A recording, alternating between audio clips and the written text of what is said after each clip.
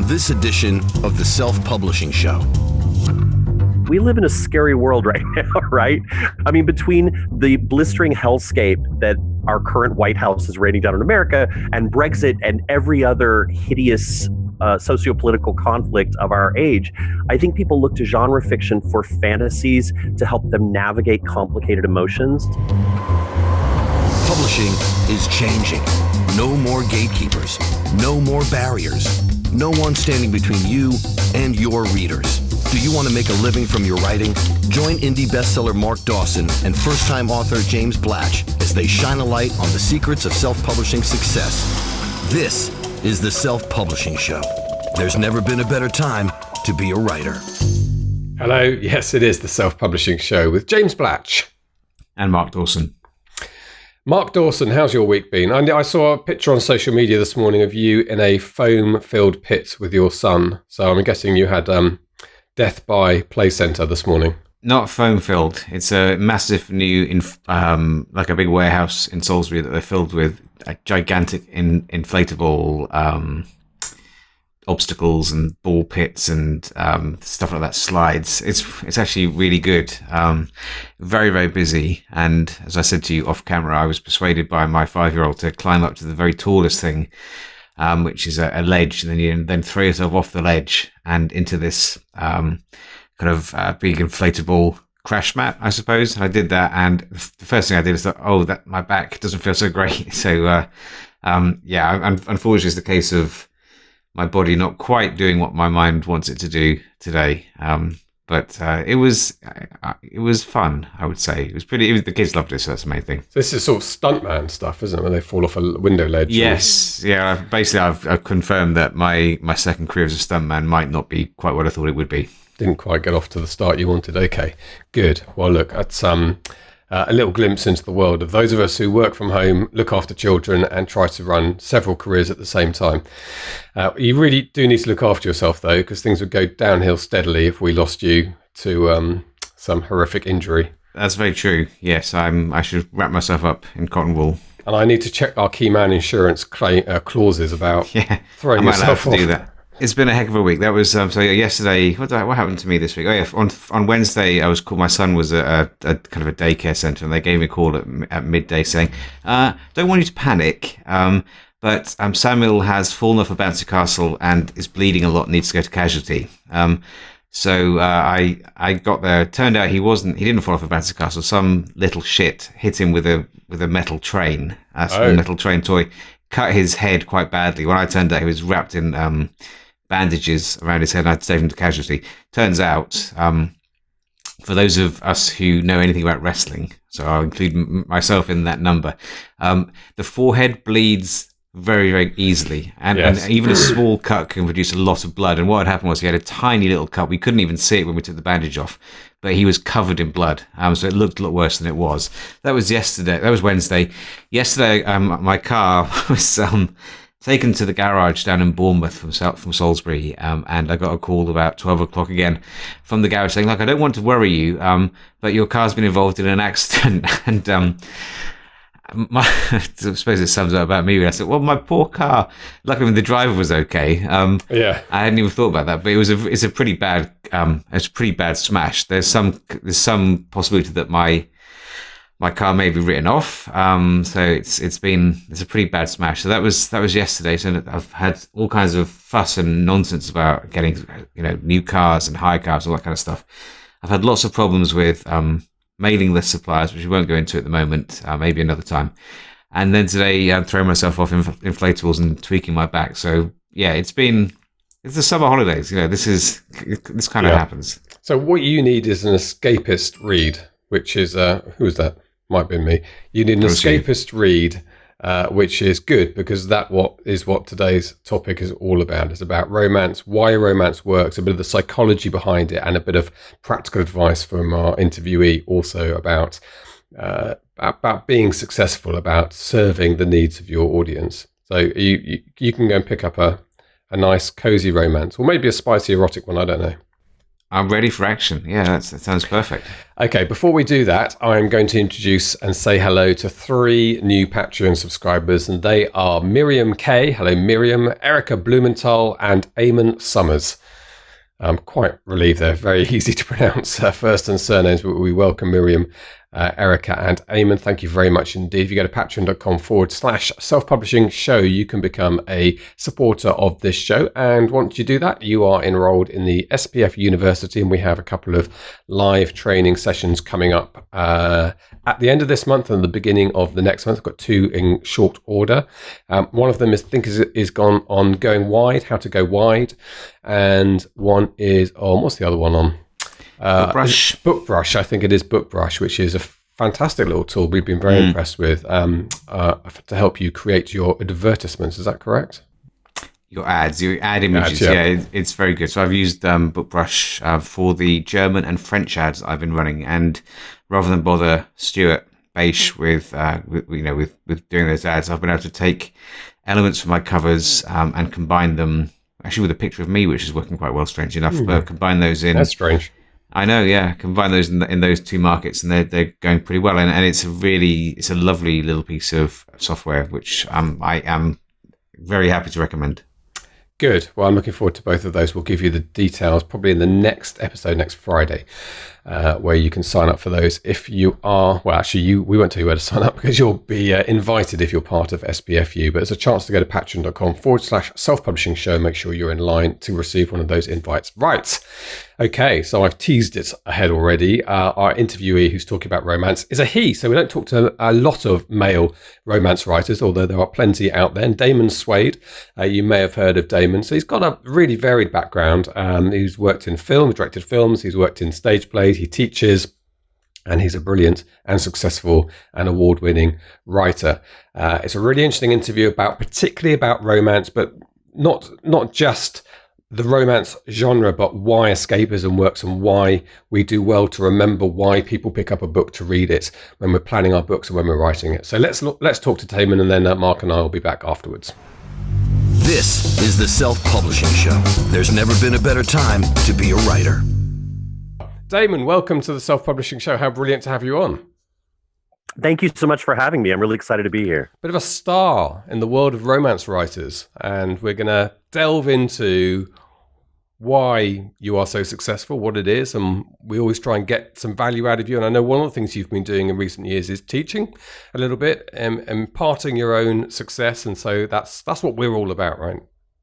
Great. I'm down.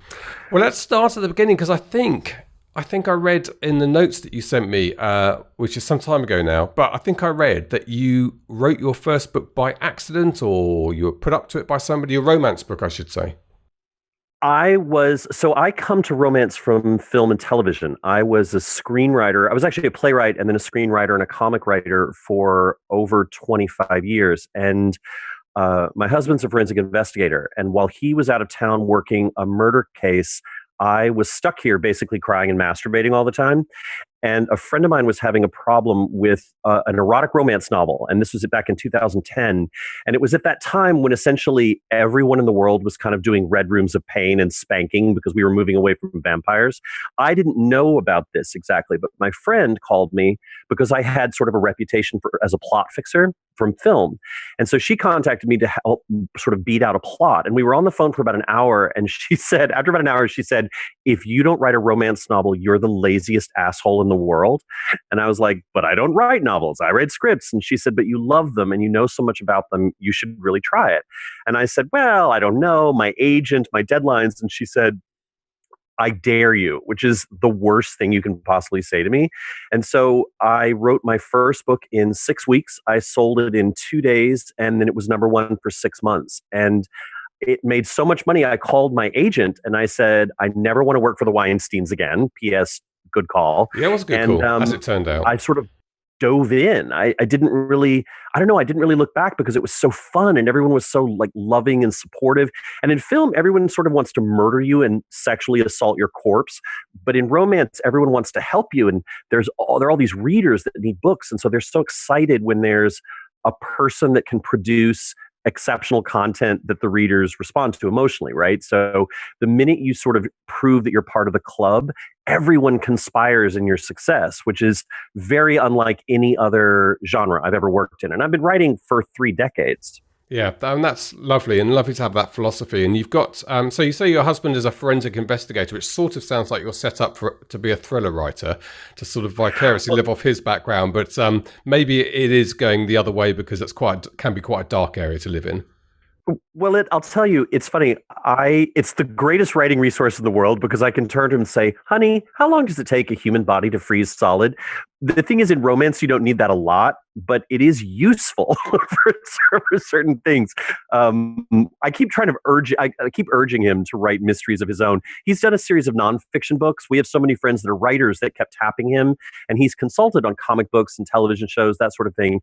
And so I finally said, why don't you do something for writers? And so he actually did. He put out a series called Forensics for Fiction, because there was so much bad material on forensics out in the market. And once I had sort of dipped my toe into the world of self-publishing, I thought, this is crazy because there's no reason for us not to self-publish these. You have this expertise, et cetera, et cetera. And so that's actually how I wound up in self-publish, is that Sorry, you were going to ask me a question? Well, no, I was just going to say, I think actually this is a sidetrack, but I think it's a great area. And Thriller Fest should, organizations like that should bring in detectives just to do sessions on decomposition or body deposition sites and stuff. Because I think I used to work as a journalist and cover these stories, and you're right, that doesn't always get covered accurately. But anyway, that's a side issue, right? But it brought you into, you were saying that led you into self-publishing because your husband was going to start publishing some stuff. When I started writing romance, everyone said to me, it was the beginning of the sort of ebook explosion. My first book came out in 2011. And so I didn't know it at the time, but I sort of hit in the gold rush. And it was right at the moment when self-pub had exploded. The Kindle was about to go sort of wide market. E-publishing as a whole was making serious inroads into the sort of, the grand dames of the various genres. And so there was a sea change coming, and I didn't really understand it at the time because I was so green in publishing. But in my experience, because my publisher was so niche, I was writing gay romance, which is a very sort of specific niche. Because of that, I never felt like my publisher was treating me the way other publishers might treat their authors. I love my publisher. They're fantastic. In a weird way, working with Dreamspinner, they do all of my fiction, Dreamspinner is all of the pluses of a publisher and none of the minuses. And so it's like every benefit of being a self-published author without the headaches that come with being a self-published author.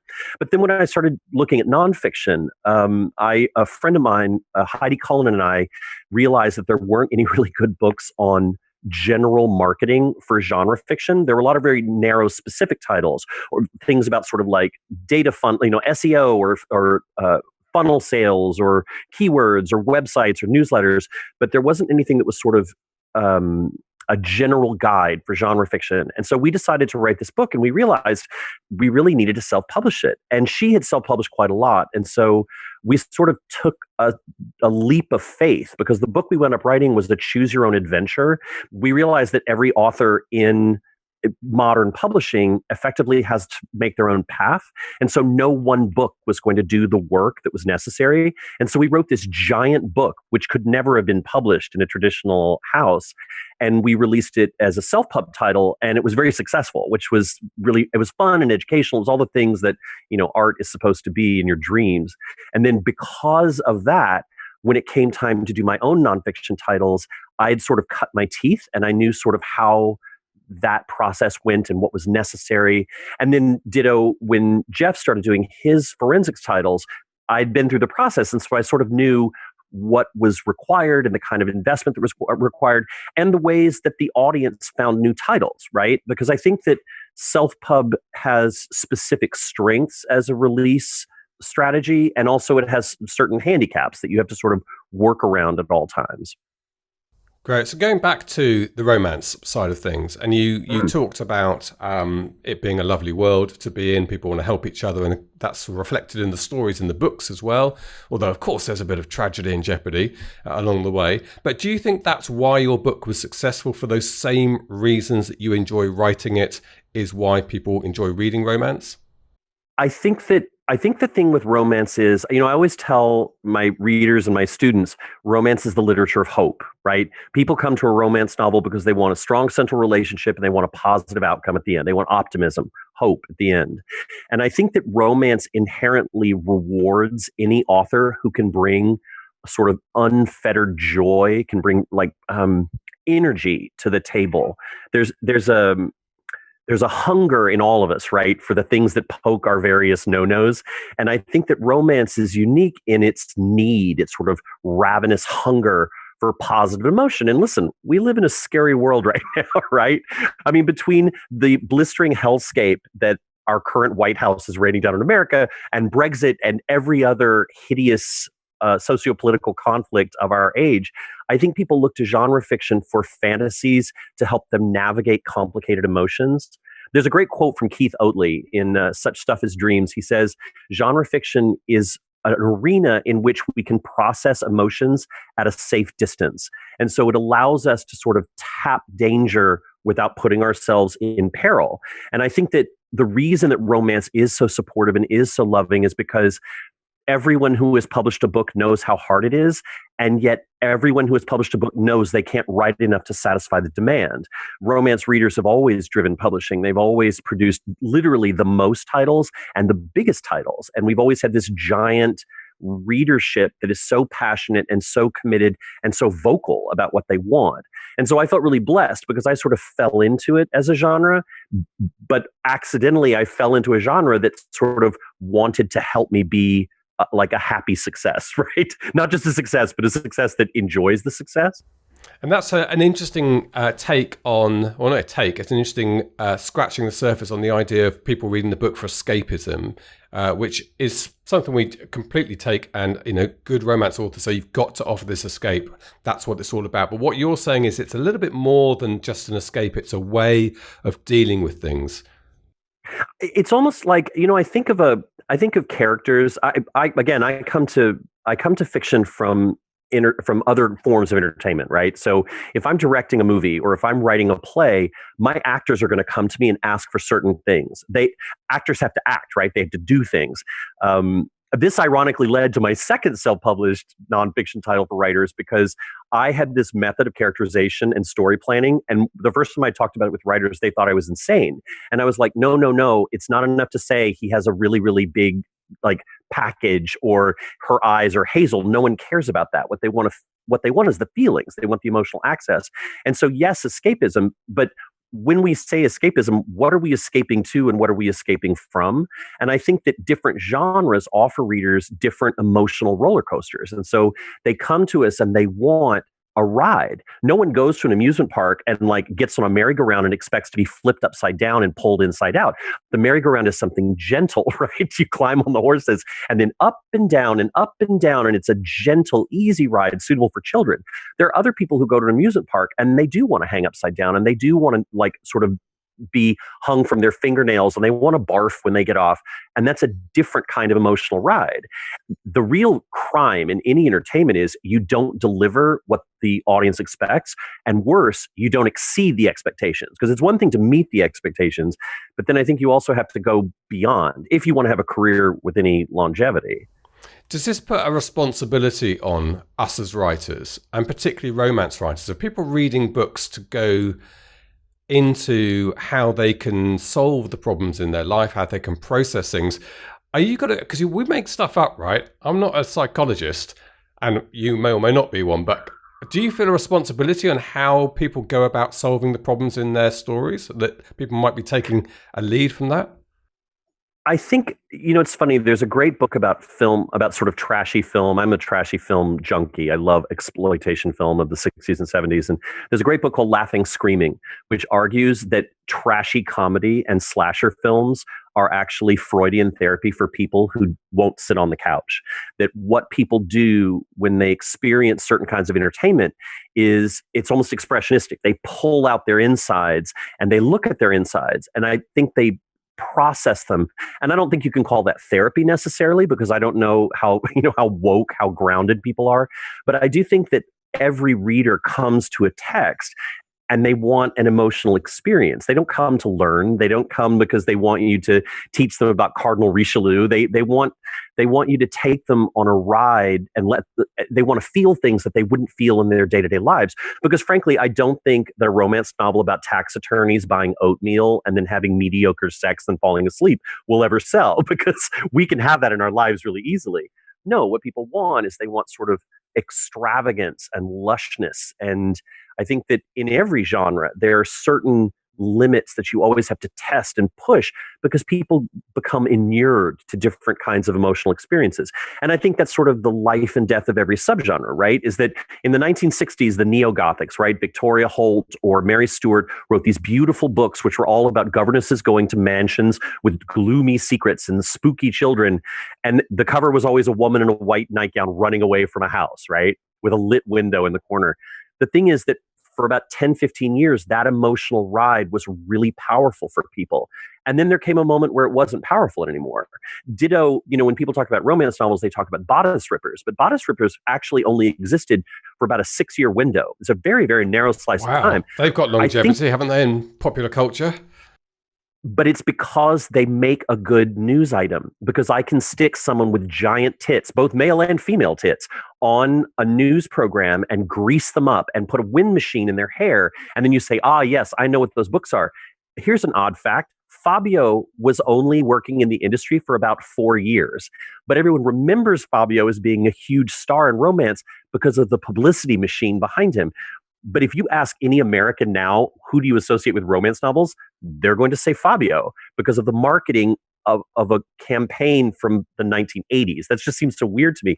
It would be as if I said to you, what do you think of science fiction? And you said, I love RUR, that Czech science fiction play from the 1920s. Science fiction is really, really forward thinking, because that's where we get the word robot. But how many people who read science fiction have ever read a Czech play, like a modernist play from the Soviet era? It's that we, for some reason in romance, have been, we sort of taken on this funny 4-year, 6-year window, and it's become the myth of romance. I'm a history guy. I love sort of market research and looking at the evolution of things. But I do think it's odd that everyone always expects it to be sort of tits falling out of dresses and men with flowing hair, when actually, if you look at romance, even the covers have changed so much over the last 30 years. Well, that's good, because I think what you're saying is it's not really people taking literal advice from you. It's them going through that emotional journey and that helping them process things. For those of us who don't lie on the couch. And that the journey changes, right? Is that the journey that you needed to take in 1979 is not the same journey that a reader in 1989 or 99 or 2009 needs to take, because we live in a different moment. Martha Graham once said, no artist is ahead of their time. The artist is the time, right? Everyone who makes any kind of art. And when I say art, I mean art of any type. I mean graffiti. I mean the weird doodles kids do in their notebooks during algebra.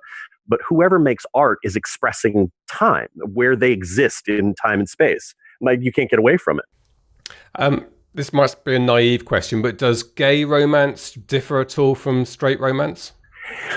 I'll tell you, it does and it doesn't. I'll tell you how it doesn't differentiate, is that gay romance is romance. It's about two people having a relationship and it ends happily, right? So in that sense, it's just a romance.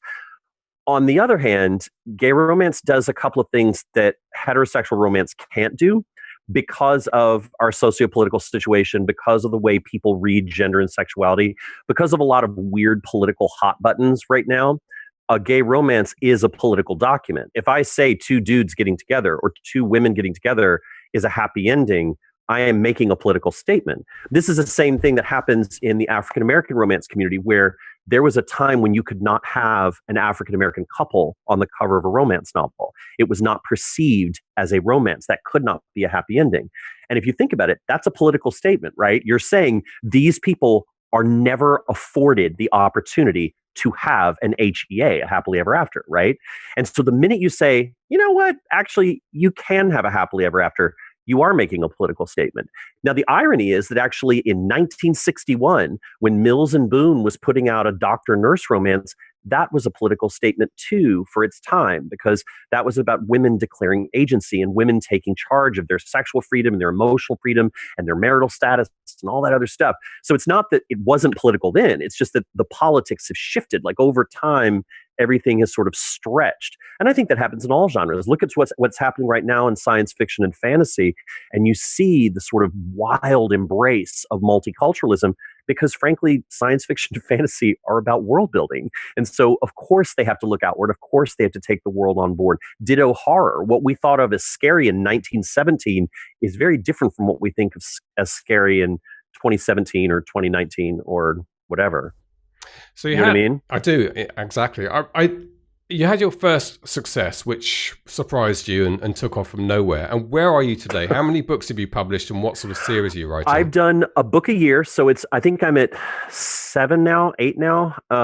It's been amazing. It's funny. I feel I'm the worst example for baby writers, because my first book happened so quickly and it blew up instantly. I lost Best Romance of 2011 to a book you might have heard of called 50 Shades of Grey. So like the amount of attention that was sort of ladled over me right out of the gate was so unreal. I had never experienced, because remember, I come from film, right? So in film, the screenwriter is a little bit lower than the person who cleans the toilets. And so to be in a genre where you tell a story and then an audience reads the story, and then when they like the story, they tell you they like the story, that, like, I couldn't believe how exciting and how liberating it felt to have a story, tell a story, and then have people respond to the story. And it was addictive, right? I couldn't get enough of it. So from that point, I sort of decided, this is what I'm going to do, full-time romance. And I stopped writing film, TV, and I really committed to fiction. And so, but I should say, the one thing I did not do, I was urged early on, this was right at the beginning of a book a month, a book a week, a book every 2 days, like these crazy churns with books being pumped out for volume.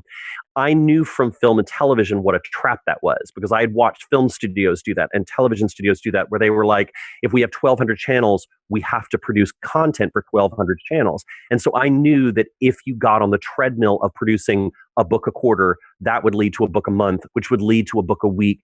And eventually, you don't just, you stop writing a book. It's not even a book anymore. And you can look at the current plagiarism scandals and the ghostwriting scandals that are going on right now, not just in Romancelandia, but in cozy mystery and in parts of sci-fi, where people are generating all this content in a mad frenzy without actually thinking about if it's a book or not. I always tell my students that certain books are typed and certain books are written.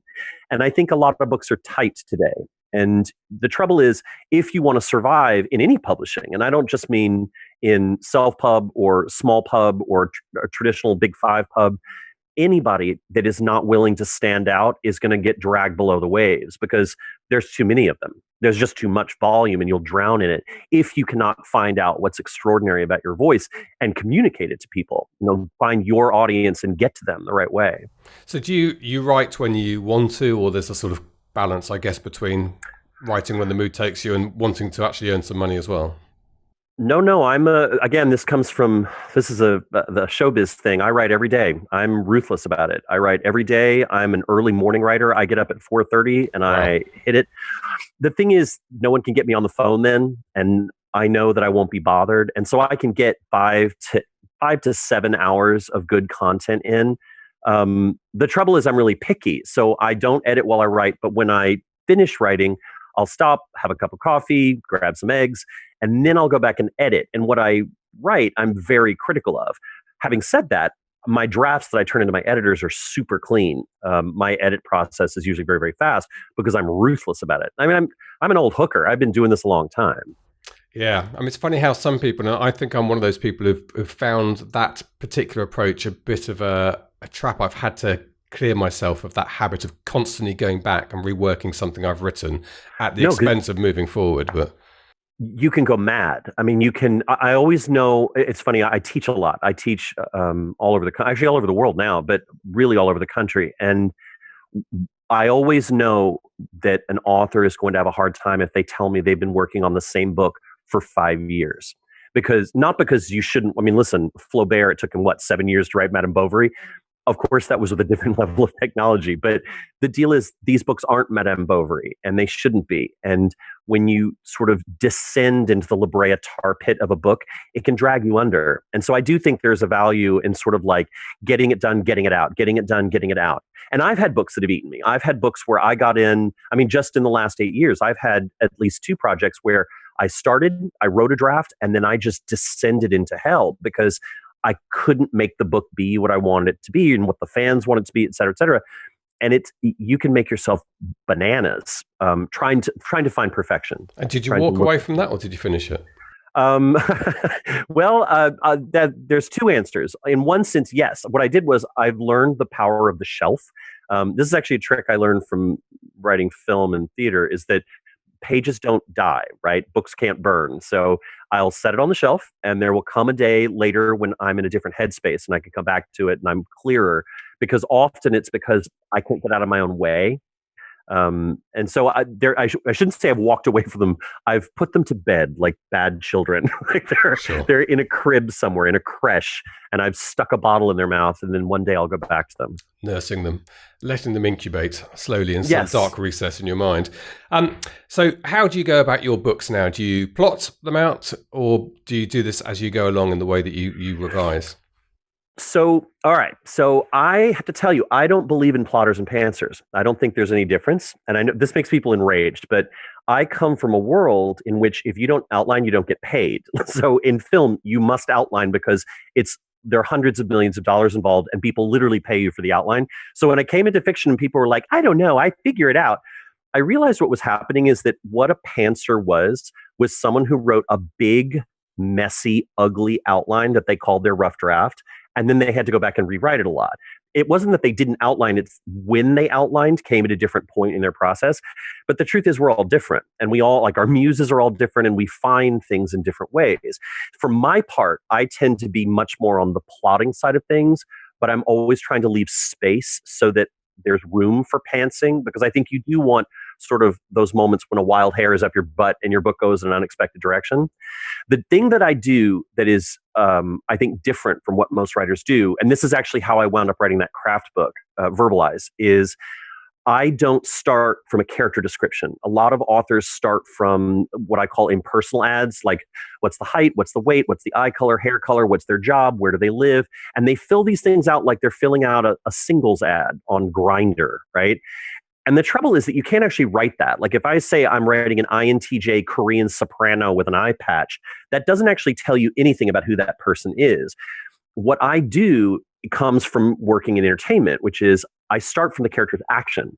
If I know what the character does in every scene of the book, if I know how they are in every scene of the book, then I can write them in every scene of the book. And so what I start with every character is I start with a verb. I pick a single active transitive verb for the character, because an action is what an actor needs to act. So to make sure that the scenes are always dramatic, I use that transitive verb as a sort of touchstone. And the reader may never know what that action is, but for me, it keeps me coherent. It keeps everything focused, and it keeps everything aligned, because if I start from the action, then that means that the name of the character, the clothes the character is wearing, the hair color, eye color, weight, their job is all related to the action of the character. And then what I do is, as the book progresses, because obviously I like to structure things because I'm really a plotter, an outliner, I then take synonymous tactics. So I'll take that initial action, like let's say that the action of a character like Valmont, right, in Liaison Dangereuse, his action is to ruin. He ruins everything. He ruins reputations, he ruins virginities, he ruins his friends, he ruins everything, right? But in each scene, he has a different tactic, a reaction. And so in each scene, I take a synonym of ruin. And so in one scene, it might be corrupt, and another scene might be poison, and another scene might be to pervert, and another scene might be to stab. And each of these things is a different way to ruin something. And what happens is when you plan the story that way, at the end of it, it's totally active because you've used the most active language, which is a verb, and the reader doesn't even know what you're doing, but they shouldn't. No one goes to an amusement park to look at the blueprints for a roller coaster. They want the roller coaster. But the deal is, by starting from the action, you're actually able to, A, always create characters that are immediately compelling, to always have chemistry between characters, because your antagonist, your protagonist will have antonymic actions, so that there's always good friction, there's rub between them. And then simultaneously, anything that they do on the page will feel authentic because they are being themselves. And that's what readers say is they're like, oh, I would know this character anywhere. That's because the character is acting like themselves. They have an action. And then from that, everything else in the book sort of aligns. And it sounds crazy, but so not only does it work for characterization and story, like dramatization, but it's also how you sell a book. The language that you use for blurbing a book or for loglining a book or anything else is active transitive verbs. That's what people buy. In fact, if you go read books about marketing copy, that's what people use to tell stories. No kid comes to you and says, Mom, tell me the story about the brunette. What they say is, tell me the one where the character, and then they tell you an action, right? It's how people shop for stories. It's how we decide what genre is for us. I actually think all genre is different actions clustered together meaningfully. I'm about to do a class, actually. I'm doing a master class at RWA this summer about this very topic, because I think that when you move from romantic suspense to paranormal, those are two subgenres that are very close to each other in romance fiction. But the thing is, the differences between them are differences of action. So that in paranormal, you have a lot of characters that do things like bewitch or tame or unleash or enchant, right? But if you're in romantic suspense, it's things like pursue, stalk, chase, hunt, because the action is the story. Anyway, I didn't mean to monologue about that. Sorry. No, it's great. And I've got a follow-up. I mean, it sounds like the perfect theory in that it has a micro and macro existence. In that the macro, it's you describe the character, the whole character, but at a micro level, every scene you can do this. What's the action for this scene? And it's totally applicable. So if you're a plotter, great. Then you're going to take your action. You take a list of tactics, and you just literally make a list going from most boring to least right, to from least interesting to most interesting, right? You want to end with the big bang. And so that's your plot, is a list of verbs. You can plot your entire book with a thesaurus. But let's say you're a pantser. Let's say you're like, no, screw that. I don't want that. Fine, no problem. You take a big pile of verbs, and every time you're pantsing a scene, you take a verb. You take that tactic and you stick it in the scene and you say, what's happening now? And you say, oh, right. Lizzie Bennett in this scene is judging someone, right? Because judge is a tactic. Lizzie's action is to provoke, but her tactics are like judge, goad, etc., right? Ridicule, mock. So by knowing these things, that lets you make smarter decisions. I had a cowboy book I was doing, and the main character's action was to rush, and his cell phone plan was sprint. Now, the readers would never know that the cell phone plan is related to his action of rush, but subtly, behind the scenes, I'm sort of seeding in all these little details, and the reader's like, yeah, that character's always in a hurry, but they're not really sure how they came to that conclusion. Yeah. That's very Dickensian, though, isn't it? Mr. Dashmore, right? Whatever, who runs about. I mean, that's great, and also that would inform you, if you do that properly, it informs you when your characters are being too passive, when things are happening to them rather than their makers. Because you can work, if you can't verbalize, which is a great word for this, you can't come up with that verb. It might be a hint that this scene is not quite right. Well, it's that thing too. I think one of the great dangers as publishing is, I don't even say falling apart, because I don't think it is. I think it's mutating again. It's evolving, right? And as self-pub explodes, and as the nature of the relationship between traditional publishers and the marketplace changes, I think that authors have an increased responsibility to do their jobs without input. Because the truth is, people will often say like, oh, I'm waiting until a real publisher publishes me. But the truth is, there are a lot of traditional publishers that don't edit at all. And there are actually people in the self-pub world that have way better editorial, way better marketing, way better covers, because they're sort of claiming agency, they're taking control. And I think that blends over into craft, because if you're an author whose income depends on entertaining an audience and bringing back a loyal readership every time, you better deliver. Like, you don't have time to waste. There's no wiggle room, because there's so much noise, and you have to be signal. And so, I was talking to I was down at NINC actually in last September, and someone said something about, oh, blah, blah, blah, traditional publishing is so different. And I thought, it's not actually, because everyone I know in traditional publishing is thinking about marketing and sales and covers and SEO and everything else just the way self-pub people are. The difference is they have one extra component at their table, which is the publisher, who handles certain things on the back end. And they have to decide if the trade-off, what the publisher does for them, is worth the money that they pay for the publisher to do that stuff. And in some cases, the answer is yes. And in some cases, the answer is no. And I think that Mark Dawson always says this is the best time in the world to be an author. This is the perfect time for us to be here on the earth doing what we do.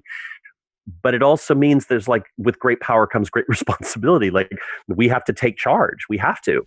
Yeah, and it's worth pointing out that when we're working by ourselves, we are the author, we also run the business. We have an agility to adapt and change things much more than the traditional publishing companies, who wish they could say to somebody, this is a really good type of campaign, let's do this, without going through 5 levels of corporate approval. So we have an advantage. Well, also, I don't know if the person in Nick was complaining about the difference and saying, they've got an advantage on us. I think we've got lots of advantages on them. I think one of the things that we forget is how nimble we can be if we're courageous. But if you're not willing to be courageous, working on your own can actually be worse than working with a traditional publisher, right? Because if you're not willing to make hard choices, if you're not willing to get out the axe when you need to, if you're not willing to sort of make the hard calls, having all that power can cripple you. It can paralyze you. At the same time, if you want to make those kinds of nimble decisions and you're working with a traditional publisher who's not able to make a decision unless it's 3 years out, how are you going to survive? I think this is why we see so much of a rise in hybrid publishing, because people do want access to certain resources that distribution and traditional publishing afford them. At the same time, they want the sort of flexibility and the evolutionary options that are there for self-pub. Yeah, and I know that you preach the same language Mark does about treating the publishing side as a business for people who are self-pubbing is to be applied. Mm-hmm. And you shouldn't be that person who's not courageous and not prepared to make changes. You've got to think, how is this business going to work, and treat it as a business. Right. Yeah. We've been talking loads. I've got a few more things to get in, which I haven't even touched on yet, because I want to talk to you a little bit about screenwriting and how that's informed your novel writing process. And of course, a lot of people listening to this might want to go the other way as well. And they, having started with novels, might think that screenwriting is something for them. And there's lots of content being produced now, so there's options there. Do you think screenwriting and novel have a huge overlap, or are they totally different animals to you? I'll tell you, it's a little bit like a fish and a bicycle. I think they both can travel, but they do it in very different ways and with very different tools. One of the things I found sort of funniest in a professional sense when I first started writing genre fiction was how many screenwriting manuals were sort of lobbed around as guides for fiction writers, because that's like cutting a steak with scissors. I mean, yes, you can cut a steak with scissors, but that's not what it's built for. And so a lot of the plotting manuals that you see, and frankly, a lot of the guides to dialogue, a lot of the stuff about, a lot of the things about sort of structure in story and story development and hooks come from the world of screenwriting. And the trouble is, it's a completely different medium with completely different challenges and a completely different audience. And so there are things you can learn from it, but you sort of have to know what you don't know to get something useful out of it. And I'll be honest, I love writing guides. I collect them. I'm a junkie. I read them all. I love all of it.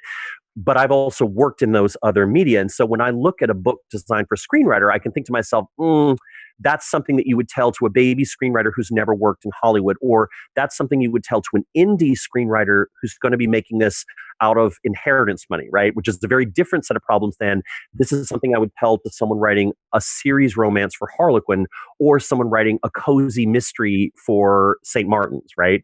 Each of those is such a different setup with different challenges and a different audience.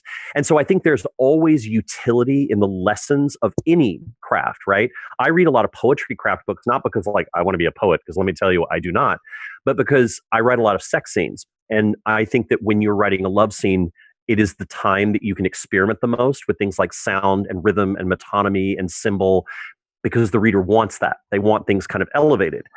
But I'm not reading the poetry guide to learn how to write a better sestina. That's not my purpose. And so I think any tool of any art can give you a window into your own art. It's like Zen in the art of motorcycle maintenance. But I also think you have to consciously ask yourself, how does this apply to me? How does this apply to my work? It's funny, at romance conferences, I get asked to be on a lot of how can my book become a movie panels. And I always feel a little bit deceptive doing that. In fact, the first time I ever did it, a group of authors, the room's packed and everyone's all excited. And on the panel with me were a woman who had written a screenplay in college 18 years prior, a man who liked movies, and me.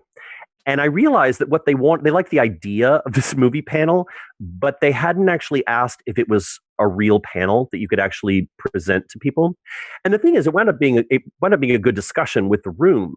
But the thing I had to say right off the bat was, guys, if you want your book to become a movie, I'm going to tell you right now, the odds against you, it's like climbing a mountain with your lips. Like the book that you've written is probably not even filmable because you're not looking at it the way a screenwriter would.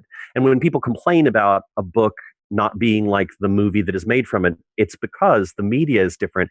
And so you have to sort of, learn how to put on that other hat if you want to do that. Now, having said that, look, right now Netflix is having this romantic comedy sort of renaissance, and they are adapting a lot of fiction. They're also radically altering the fiction that they're adapting. And so it's not that you can't do it. It's that you have to sort of be aware that you've been writing a horse and now you're going to have to learn to write a dolphin. It's just a completely different monster. And with film, even more than fiction, with film, it is always about the money. It is always about who is paying, when they're paying, why they're paying, where it's getting made. But it always comes down to the money because film is about putting butts in a dark room looking at a wall. And a book is something quite different, Yeah. I never start writing a scene thinking, how much would it cost to put this scene on? Which, of course, when you're a screenwriter, it's a very real consideration when you start writing a scene. Well, I'll tell you, my first book, I remember when Hothead came out, I was at BEA, Book Expo America here in New York, and there's this big sort of showbiz thing and lots of hustling and deals going on. And Fox Features, one of the executives from Fox Features came to my publisher's booth and they were like, we want to buy your book. And I was like, no, you don't. You don't want to buy my book. And they were like, yeah, we do. We saw it. We're going to blah. We were tracking 50 Shades and we think. And I was like, guys, it's gay firefighters. I was like, you do not want to buy my book. And they were like, no, we do. And I was like, guys, chapter 17 is a $6.1 million night shoot. I know the place that would produce the effect. I can tell you because I've been on those sets. There is no way you can shoot this for under 23 million. I didn't write it to be a movie. Now, if you want me to go write a book that's a movie, I can tell you how to do that. I can write that, but it's a different set of challenges. In fact, one of the things I did in my first book is I specifically wrote scenes that couldn't be filmed because I was so tired of thinking, oh no, that'll never get past control. Like that'll never get past the suits. There's no way they're going to pay for that effect. Because in a book, I didn't have to worry about it. That was such a liberating feeling. But I think if you do want to be sort of looking at filmed entertainment, I should say, more than features, because I actually think authors are much smarter to look at long-form television, which frankly, the BBC and Channel 4 have been doing much better than Americans for the last 20 years. But long-form television adaptation for like a 6-hour, 8-hour miniseries, if they want that, they have to write the book that can do that. And I would say, I would guesstimate, and this is a raw guesstimation, just in romance alone, maybe 2% of the books published could be made into something filmed, just because of the way they're structured. They're too internal. Yeah. Well, you used the word liberated then. It seems to me like discovering this ability to write novels that people like has been a liberation for you in your life. Absolutely. I feel so blessed. I really do. Like it's funny when people talk about film, they're like, ooh, glamorous. And the truth is, like all glamorous things, it's only glamorous from the outside. I loved working in showbiz. I learned a lot. It was a big chunk of my life, several decades. And all of those lessons apply every time I write or sell a book, because a lot of the marketing that I do comes from lessons that I learned in show business. But I feel so blessed to be in genre fiction, especially right now. I mean, what an amazing industry, what an amazing time to be part of this world. Because right now we are the loam. We're like the fertile compost heap that all of pop culture is growing out of. And so I think that we discount our own power at our peril, because we are moving needles. We are changing things one page at a time, one reader at a time. There's never been a better time to be a writer. Exactly. My final bit then, Damon, you've mentioned that you spoke at RWA and NINC. Where could people see you this year if they want to soak up some of this wisdom in the room? Oh, God. The truth is, I travel about 30 weekends a year. I'm teaching and doing conferences. So if you go to my website at damonsuede.com, that's DamonSuede.com, there's literally a classes page that will show you my full working calendar where I'm headed. But I am all over the place. I'm on every coast. I'm going to be in Bath in November. I'll be in Alaska in September. I'm all over the place. But the best way to find me is to look online on my website. I have a regular schedule that's updated. And if you like audio classes or podcasts, I do always record my master classes for Romance Writers of America, and those are downloadable from the RWA website. And DamonSuede.com for your list. Damon, it's been brilliant talking to you. Thank you so much indeed. I feel it's been... Oh, no, thank you so much. It's really a pleasure. It's been a tour de force of an interview, so and I've certainly appreciated it. I kind of feel we could go on for another hour, but we have our own limits. But let's have you back on at some point and we can really drill down into some of this stuff. It would be my very great honor. Thank you so much.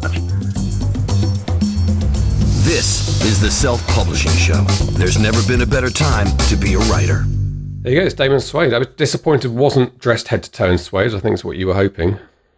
Well, that's the dream. Yes, we would have loved to have seen that, but no. It's Damon went down very well at NINC last year, so great to get him on the podcast. Very interesting. Yeah. He's going to do the rounds, I think, at the events this year as well. So we'll catch up with Damon. So I haven't read a Damon Suede, and I'm not sure what. I can't remember from the interview now what sort of subgenres we went into, but I wonder how prevalent male romance writers are in overall in romance writing. We don't come across a lot, but I know people do every now and again introduce themselves to me, and they are male romance writers. But I wonder whether how much of that is straight, how much of that is gay, how much of that is all the subgenres of romance, and whether some writers have a nom de plume that's the opposite gender. Yes, you've answered your own question there. Yeah, I'm sure there are lots. In fact, I know there are lots of male romance writers, but a lot of them will pretend to be women, or may not pretend to be women. They'll just be ambiguous with their pseudonym. So it could be J.R. Blatch, Leslie Blatch. Yeah, exactly. Hillary Blatch, that would work quite well. Yeah. So those. There was a Hillary Blatch. Hillary Blatch was a I have to mention her now. Hillary Stanton Blatch was a women's vote suffragette. That's the word. She was a suffragette. I think working in the United States, actually. Okay, yeah. So entirely possible. It's more than possible. I know there are lots of authors who are writing romance, but not necessarily saying that they're men. And I can kind of understand why that might be. So yes, it's. I don't think it's that unusual. Yeah, it's commercial considerations. And lots of people change their name, not because they necessarily want to hide their own identity, but because their name, there's something aesthetic about some names, okay? Fred Blogs, if that happened to be your name, might not look as good on a romance cover as Sylvia de Beer or something, So the people do come up with names because they aesthetically seem to work better on the cover of a book. They do, yeah. So absolutely, I can think of plenty of examples of John le Carré. Yes, exactly. His name is David. I can't remember his name, but yes, he's a very good example. There are plenty of authors like that. Well, I mean, J.K. Rowling is obviously that is her name. It's not Joanne Rowling. I think she chose J.K. because she didn't want people to dismiss her work because she was a woman writing fantasy. I think that was the reason for that. And then obviously she's got another pseudonym as Robert Galbraith, writing police procedurals. So yeah, interesting. It's probably a podcast there in terms of what people choose to name themselves when they write books. Well, I'm in a little book update from me. I'm in the final stages now, obviously, of the marketing, and potentially need to come up with a name. I mean, I've got a name, James Blatch, which is on the cover at the moment, but I could have J.R. Blatch, and this decision is one that's going to stick with me for a while, so need to make it right. J.R. Blatch, I think, works quite well. I don't know. I think James Blatch is fine.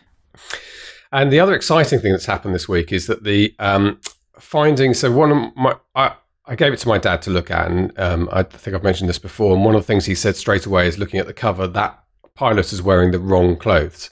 He's wearing World War II Mae West and flight suits, as the Americans call it, and you need to be 1960s jet, which silver helmet, oxygen mask, a different kind of Mae West life preserver.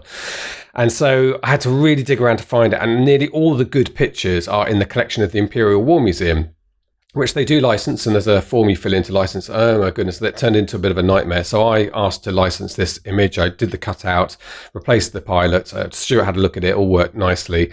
And then the Imperial War Museum, who've inherited these pictures, by the way, from the taxpayer, effectively, from the RAF, said that they felt that any cutting out of their images would trivialize the subject, and they refused permission to use it.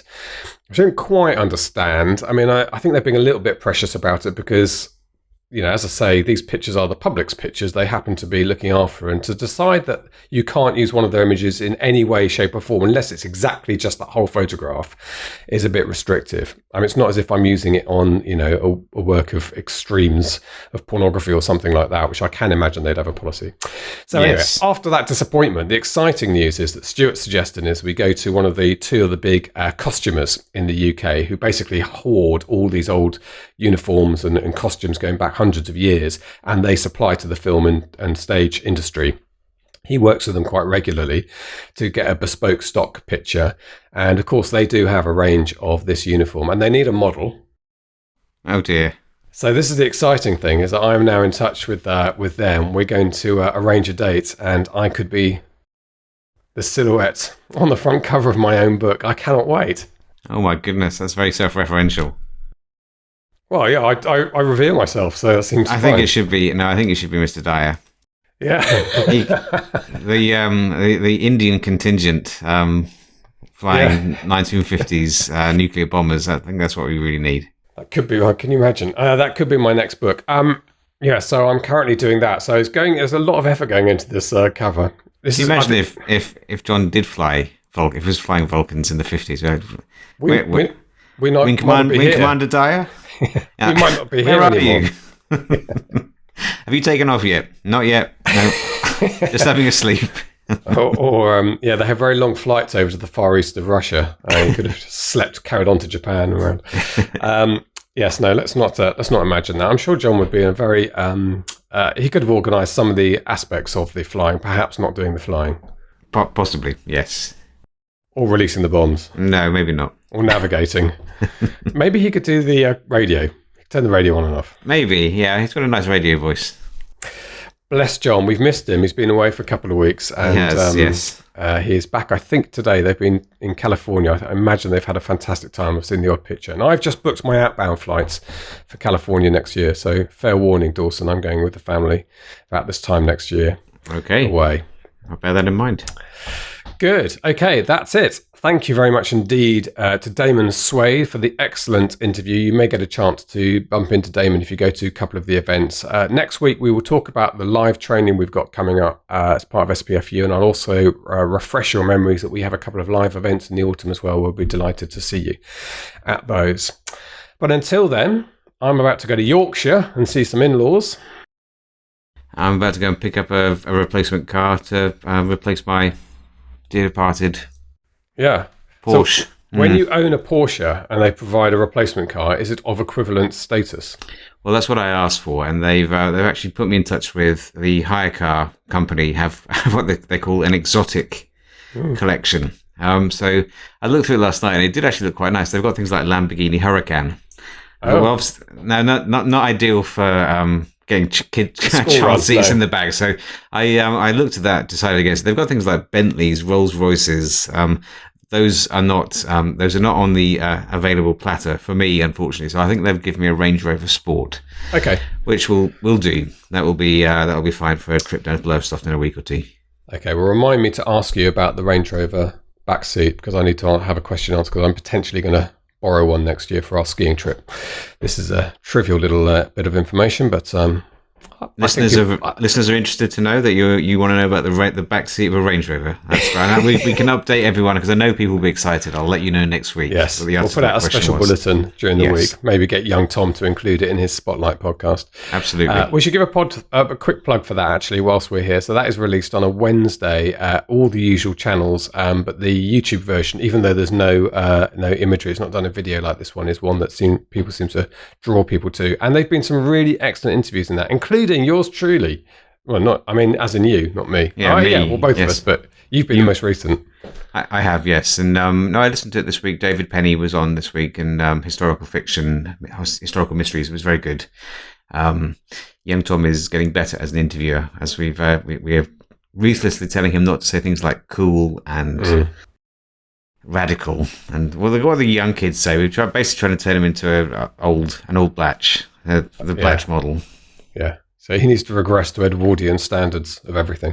That's the dream. Good. Okay. Thank you very much indeed, Mark. Thank you, Damon. Thank you, everyone, for listening this week. It's been our pleasure, as always, to bring the podcast. We'll be back next week. I think we are talking from memory about Amazon advertising, Amazon marketing services. I'm not actually called that anymore, are they? What are they called? Just Amazon ads? Amazon advertising. Yep. Amazon advertising. There you go. A very, very important platform. So a big interview next week on that. Great. That's it. Have a great week writing and a fantastic week selling your books. We'll see you next Friday. And finally, Mark, you can say it. It's goodbye from me. That's goodbye from him. Goodbye. Goodbye. Get show notes, the podcast archive, and free resources to boost your writing career at selfpublishingshow.com. Join our thriving Facebook group at selfpublishingshow.com/Facebook. Support the show at patreon.com/selfpublishingshow. And join us next week for more help and inspiration so that you can make your mark as a successful indie author. Publishing is changing, so get your words into the world and join the revolution with the Self-Publishing Show.